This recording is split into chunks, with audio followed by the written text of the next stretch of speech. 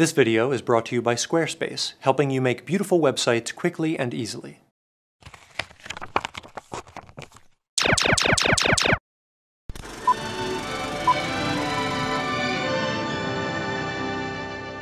Greetings, and welcome to Earthling Cinema. I am your host, Garyx Wormuloid. This week's artifact is Blade Runner, directed by Star Wars ingenue Daisy Ridley, and adapted from a science fiction novel by Philip K. Penis. The story takes place in the city of Los Angeles, which is turned into a dystopia thanks to a much-publicized drought. But that isn't their main problem. Their main problem is a bunch of Terminators running around killing everyone.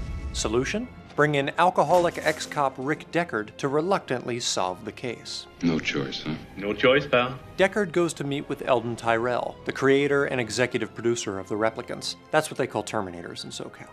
He also meets Tyrell's assistant Rachel, who is such a Phoebe because she doesn't even know she's a replicant. Meanwhile, escaped replicants Roy and Leon take a field trip to an eyeball factory and get the skinny on a scientist named J.F. Sebastian, who might have the secret to extending their pitifully short robot lives. For your lifespan.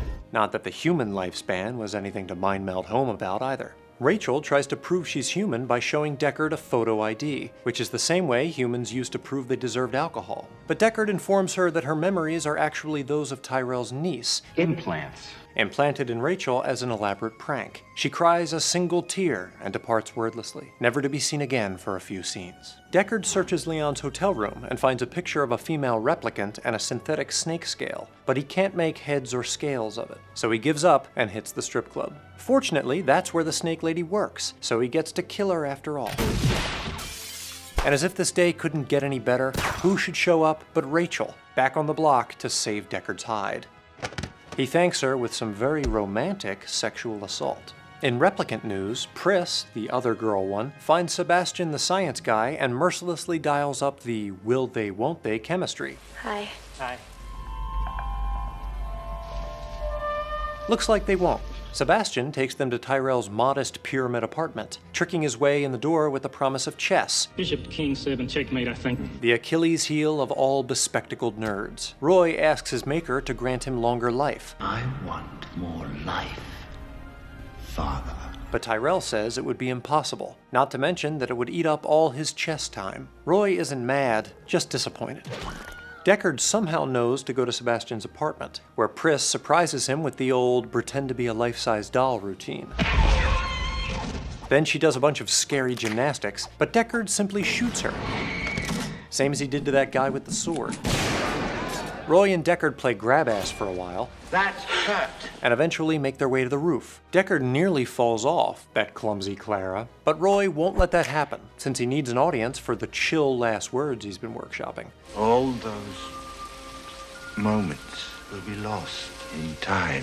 Finally, it's time for Roy to kick the artificial bucket. Deckard runs away with Rachel, but not before ruining some perfectly good origami. Blade Runner explores what it means to be human, equal parts boring and confusing. At the beginning, Deckard believes replicants are mere tools, machines that must be retired when they cease to be of use. Replicants are like any other machine. They're either a benefit or a hazard. The chasm between replicants and humans is enormous, as evidenced by their frequent placement on opposite sides of the frame. Reminds me of the chasm in my marital bed. Deckard sees Rachel as inhuman because her memories are not based on real-world experiences, such as filming a reality show where 7 strangers all live in the same house. However, as the movie progresses, he begins to realize that the origin of one's memories is immaterial. All that matters is the depth of feeling those memories evoke. Like humans, the replicants cherish photographs for the memories they represent. Did you get your precious photos? Especially on Throwback Thursdays. And like humans, they do not appreciate being called posers. The replicants are a manifestation of Rini Descartes' famous catchphrase, Mojito ergo sum. I think, Sebastian. Therefore I am. In fact, the replicants are more gooder at thinking than any of the humans. They consistently demonstrate an edge in terms of culture. Fiery the angels fell. Deep thunder rolled around their shores, burning with the fires of Orc. Emotional complexity, and fashion. During Roy's final monologue, he laments the loss of all his precious memories, even the awkward teenage ones. All those moments will be lost like tears in rain.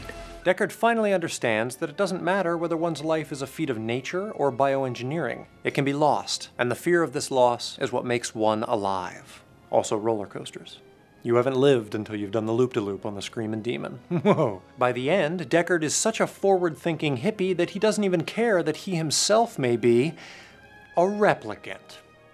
How do you like that Pepsi twist? Refreshingly lemony. Just as Deckard used his knowledge of Rachel's dream to establish that her memories were implanted, Edward James Olmos leaves behind an origami unicorn to imply that Deckard's earlier unicorn dream was similarly manufactured. But Deckard can't be bothered. Thanks to his new buddy Roy, he's all about living for the moment. No rules, no parents, spring break forever. By running away with Rachel, he is deciding to enjoy whatever time they have left. Too bad she won't live, but then again, who does? Which, depending on what version of the movie you watch, could be 10 seconds or 10 trillion years. Let's just hope there's no voiceover. For Earthling Cinema, I'm Garyx Wormuloid. Toodaloo! Hello, Earth enthusiasts. Thanks for watching. Need a galactic-wide web presence that will set you apart?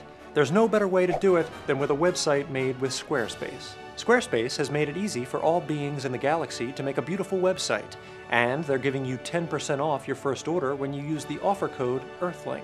With highly attractive templates and easy-to-use tools, Squarespace has made it simple to create the website you want. Sign up and see for yourself with a free 14-day trial. Make sure to use the offer code EARTHLING to get 10% off your order. And if you're not already a subscriber, crush this origami unicorn to visit our channel page, where you can find more episodes and partake in the Holy Earth tradition of hitting the subscribe button. New artifact explorations are around the corner on X-Men First Class, The Social Network, Finding Nemo, and more. Thanks for watching.